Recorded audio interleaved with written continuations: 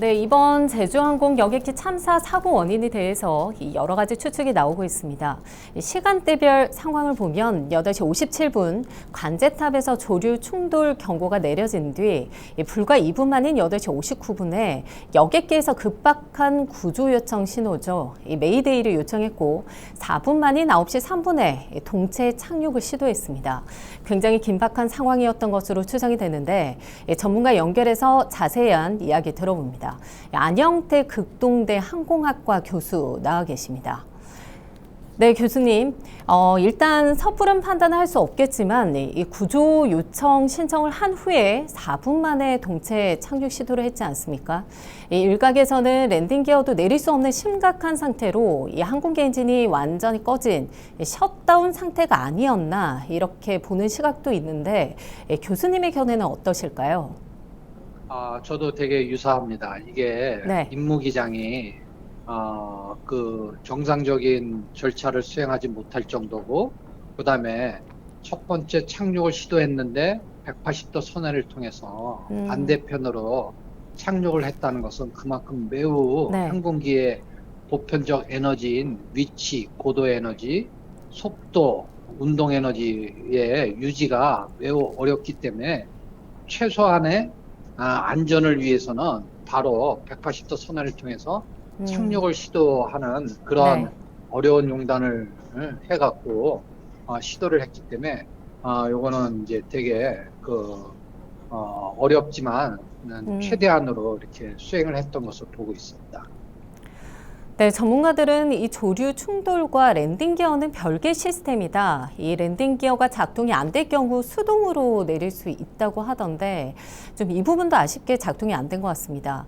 당시 항공기에서 심각한 결함이 발생해서 이 수동 작동을 준비할 시간조차 부족했던 것 같은데 이 수동으로 작동하는 데 시간은 얼마나 걸리나요?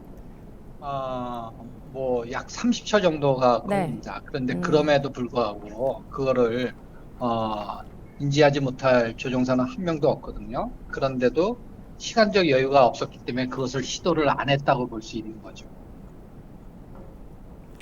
네, 동체 이 착륙 이후에 직접적인 화재 원인이 된 게 이 활주로 끝 담장인데 이 로컬라이저라는 안전시설이라고 하던데요. 이 콘크리트 재질의 둔덕이 여객기 사고의 피해 규모를 키웠다. 이런 지적도 나오고 있습니다. 결과론으로 보는 시선도 있는데 다른 공항에서도 이런 시설이 있습니까? 교수님의 의견은 어떠신가요? 그거는 저희가 네. 뭐라고 쉽게 판단할 수가 없습니다. 그리고 그러한 것은 되게 조심스러운 내용이고요.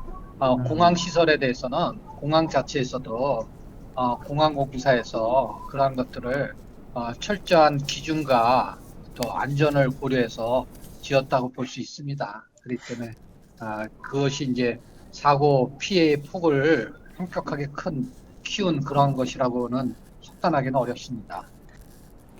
네, 활주로 끝 담장과 부딪히기 전까지 이 비교적 안정적으로 동체에 착륙을 했던 터라 이제 많은 분들이 아쉬워하시는 것 같습니다. 항공기 기장의 동체 착륙 시도나 활주로 길이에 대해서도 좀 지적하는 부분들이 많은데 이 부분에 대해서는 어떻게 생각하십니까? 그렇죠. 활주로 길이는 절대적으로 안전이 보장되는 충분한 길이입니다. 이러한 것이 짧다는 것은 뭐 그런 견해가 뭐 있을 수도 있겠지만 그거는 뭐 예를 들면 인천공항의 주활주로보다 짧다.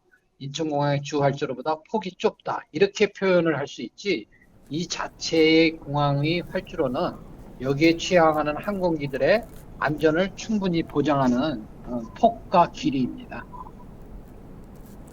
네, 섣불리 사고 원인을 예단하기는 쉽지 않아 보이는데 일단 이 블랙박스 수거 이후에 이 비행 기록 장치와 음성 기록 장치 분석을 통해서 좀 어떤 부분을 알아낼 수 있고 또 원인 규명하는 데는 어느 정도 시간이 걸릴까요?